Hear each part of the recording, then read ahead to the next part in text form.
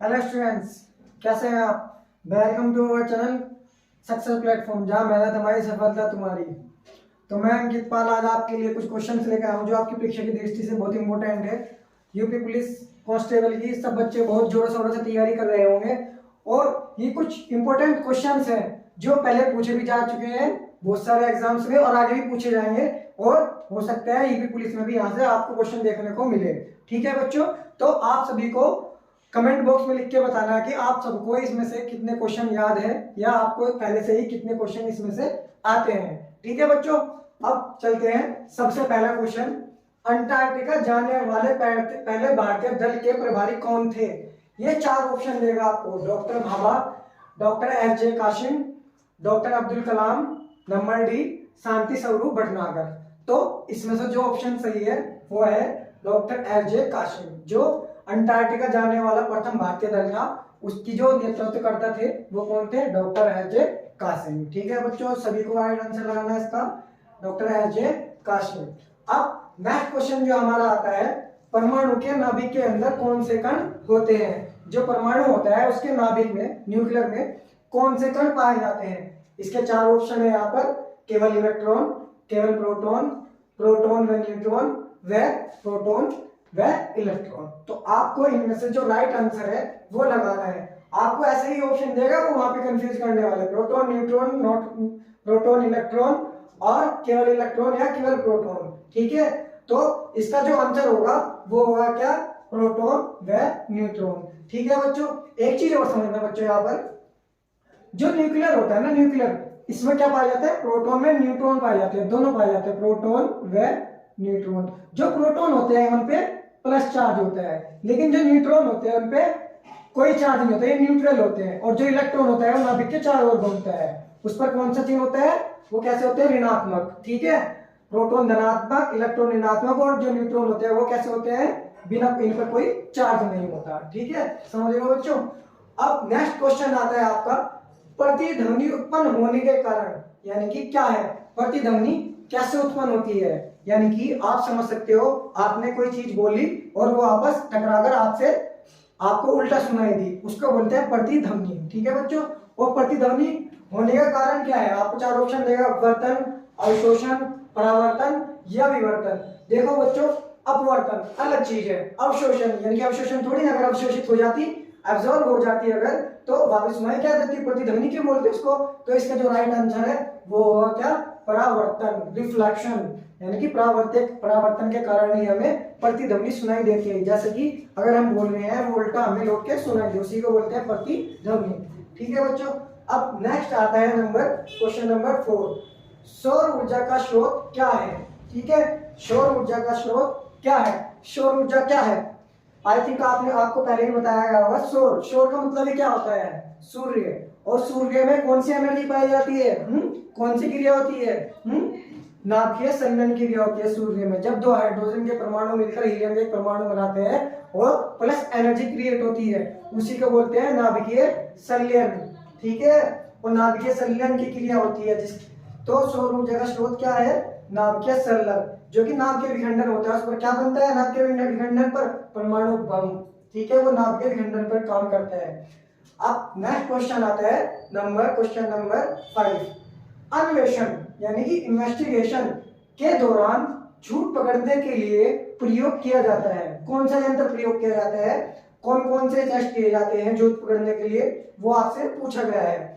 तो अक्सर एग्जाम में देखने को मिलता है, ये क्वेश्चन बहुत इंपॉर्टेंट क्वेश्चन है। Narco test, brain mapping test, polygraph test. आपने देखा भी होगा आजकल क्या होता है, कभी कभी जब कोई बड़ा अपराधी पकड़ में आता है या कोई इन्वेस्टिगेशन होती है, तो वो जो अपराधी है वो झूठ बोल रहा है या नहीं बोल रहे हैं, उसके लिए कुछ मशीनें लाई गई, उसके लिए कुछ टेस्ट कराए जाते हैं उसके, जिससे पता चलता है कि ये झूठ बोल रहा है सच बोल रहा है। ठीक है, तो नार्को टेस्ट भी किया जाता है, राइट, ब्रेन मैपिंग टेस्ट भी होता है उसका, और पॉलीग्राफ टेस्ट भी होता है। ठीक है, तो ये सारे ठीक है, ऑल ऑफ देम तीनों टेस्ट कराए जाते हैं, किसके लिए, अन्वेषण के लिए, इन्वेस्टिगेशन के दौरान झूठ पकड़ने के लिए। ठीक है बच्चों, याद रखना है आपको ये। अब नेक्स्ट क्वेश्चन आता है क्वेश्चन नंबर 6, विश्व का प्रथम संचार उपग्रह कौन सा था। क्या आपको पता है प्रथम संचार उपग्रह कौन सा था विश्व का, सबसे पहले इंसेट एग, early world, Telstar first या मिलेनिया फर्स्ट। तो इसका जो राइट आंसर होगा वो होगा टेली स्टार फर्स्ट। ठीक है बच्चों। अब नेक्स्ट आता है क्वेश्चन, किसमें ध्वनि की गति सर्वाधिक होती है? ध्वनि की जो गति होती है, स्पीड होती है, वो सर्वाधिक यानी कि सबसे तेज किसमें होती है? पानी में, बर्फ में, वायु में या नन ऑफ दीज।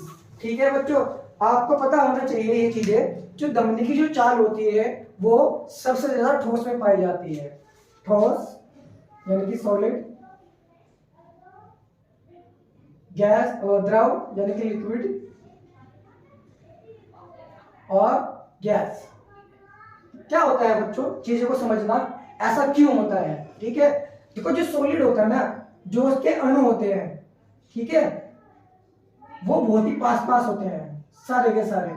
ठीक है, तो क्या होता है, मान लिया कोई ध्वनि मिली तो इसके अंदर इलेक्ट्रॉन, प्रोटॉन, न्यूट्रॉन सब होते हैं, तो ध्वनि मिली है, इसको दे दिया, इसने फटाफट फटाफट बहुत तेजी से मिला। लेकिन वहीं इसके बाद जो आता है, क्या होता है, लिक्विड, उसके जो अणु होते हैं वो थोड़े दूर दूर होते हैं। तो यहां से यहां और यहां से यहां और यहां से यहां से यहां जाने में समय लगता है। ठीक है, और जो गैस होती है, गैस के परमाणु भी ज्यादा दूर दूर होते हैं, तो इसमें इससे भी ज्यादा समय लगता है। ठीक है बच्चों, तो ये चीज आपको याद रखनी है। तो सबसे ज्यादा इसमें ध्वनि की गति किसमें होगी? पानी में होगी, बर्फ में। तो इसमें ठोस क्या है?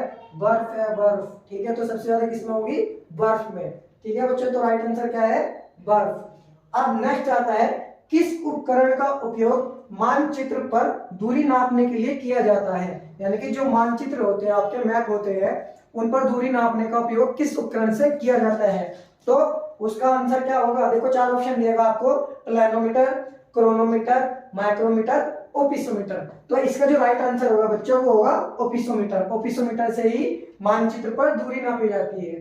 ठीक है बच्चों। अब नेक्स्ट क्वेश्चन आपको दे देगा वो प्लेन वेग के बारे में, आपसे पूछ लेगी प्लेन वेग क्या होता है। प्लेन वेग, ठीक है, प्लेन वेग क्या होता है बच्चों?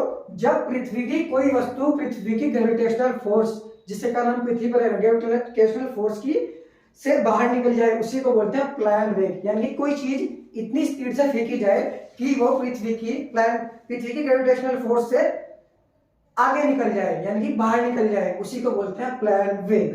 तो ये प्लेन वेग कितना होता है? 11.2 किलोमीटर पर सेकेंड। यानी कि आप कह सकते हो कि यदि मैं आपको यहां से 11.2 किलोमीटर पर सेकंड की स्पीड से फेंकूं हवा में, तो आप प्लेन कर जाओगे कहां? पृथ्वी से बाहर। पृथ्वी की जो ग्रेविटेशनल फोर्स है उससे बाहर निकल जाओगे, पृथ्वी के अक्षर से बाहर निकल जाओगे, और कहां चले जाओगे?